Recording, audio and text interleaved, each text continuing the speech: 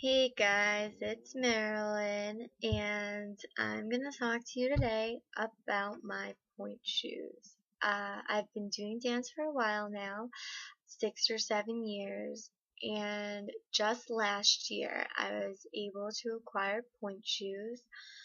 Point ballet is a more advanced form of ballet. It requires at least 4 years of regular ballet technique. So you start off ballet when you're a beginner with these shoes, and once you get the hang of it, you're still in these shoes for a while. And you pretty much work, if you are really into ballet, you're gonna work to get to these point shoes. So I'm gonna start off with a little history about point ballet. In 1795, Charles Didelot created a flying machine for dancers to be able to dance on their toes using wires. But Maria Taglioni was the first dancer to be credited to go on point without using the wires. Back in the 1800s, Italians wore their point shoes with a box made of just layers of fabric. And as the years went on, reinforcements such as cardboard, plastic, and paper mache were used. So now I'm going to show you the main parts of the point shoe, which would be the box, the shank, and the ribbons. The ribbons support your ankle. They're tied in a specific way. It's the only support you get, which is the reason point ballet is so tough. It's just these and nothing more. The box is this. It's a hard shell made of burlap dried with glue. It supports your toes, and this flat bottom here provides balance during dancing. And I'm just going to show you how hard the box of the point shoe is. It's pretty hard. And essentially in point you're supposed to be dancing like this, which is this arch right here is molded by the shank, which is inside the shoe. This is the shank. It goes all the way down inside the shoe, all the way down to the box, and it protects the arch of your foot. And it's either made from cardboard or burlap, and mine's made from burlap. I just got these last year. They're called Russian Point. I danced in them so much that the labels almost faded. I worked really hard for these shoes. Ballet is a lot of technique. Ballet in general is a lot of technique and stretching your abs and stretching your toes and your legs and working out every day. It's pretty tough to get to here. It's a lot of hauling.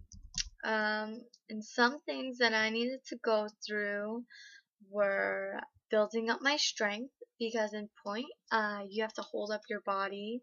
You need to be able to dance out of the shoe, or otherwise known as out of the box. I'll show you later. I'll actually get into these. You could damage different parts of your leg, ankle, or foot structure if you're not strong enough to go up on point properly. I needed to be taking ballet 3 times a week, hour-and-a-half classes, in order to get all the technique down. My instructor needed to confirm that I was ready to take point lessons. You can't just go on point. There are specific requirements. One of them being that you should be old enough to be past your second growth spurt, because then your bones are a lot stronger. It's not just your age though, but it's your experience also. It's not a good idea to be on point if you've only been taking regular ballet for a year or two. Your turnouts need to be correct, as when you're doing plies or your tendus. Those are stretches.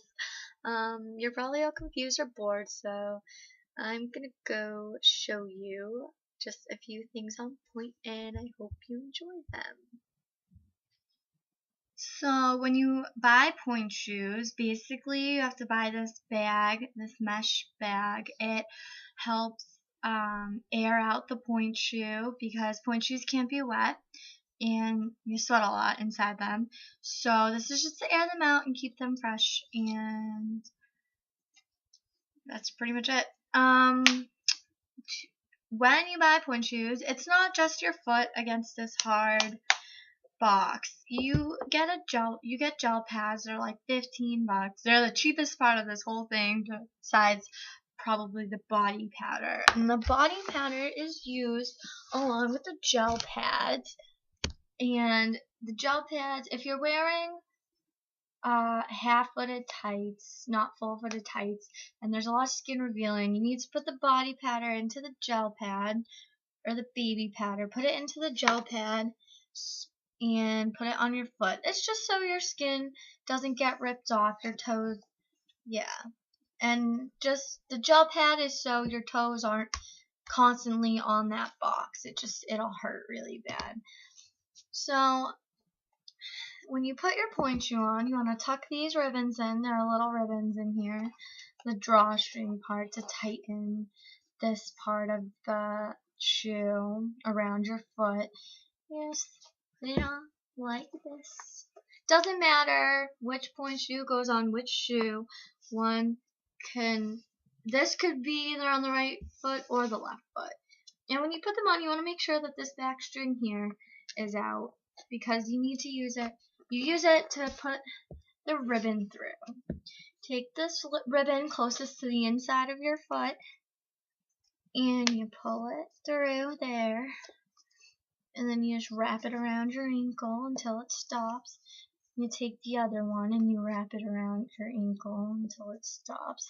You pull really tight, and usually they tie bows, but my instructor is pretty lenient, and you just want to tie it tight enough so you have some support. That is how it should look when you're done putting them on. So I'm going to go up on point now and show you how everything looks, how everything is tight and elongated. And as you can see, I'm on my toes. I'm using my legs, obviously, to stretch up, and my center, my stomach, my abs, to kind of keep myself up here. And basically, it looks really pretty in a dance. I wish I could show you. Yes, it really hurts to fall. I've fallen many times. You fall a lot. But I've been doing this for about a year now, and this is called Over the Box. So now that you've seen pointe, these are regular ballet shoes. The only difference really is you can just slip them on, and they're not as hard. Pretty much just this.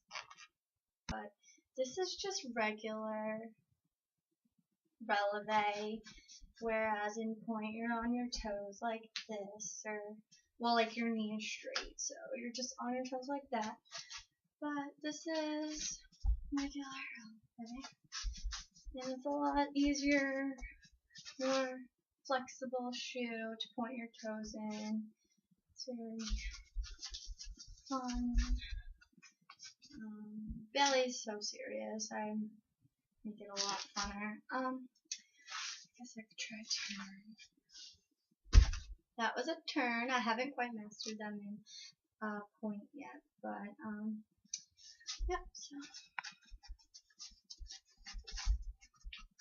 I'm a lot better at regular ballet.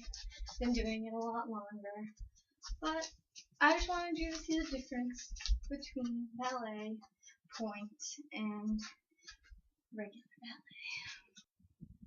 So thanks for watching my video. I just really love pointe ballet and regular ballet, and I love to dance.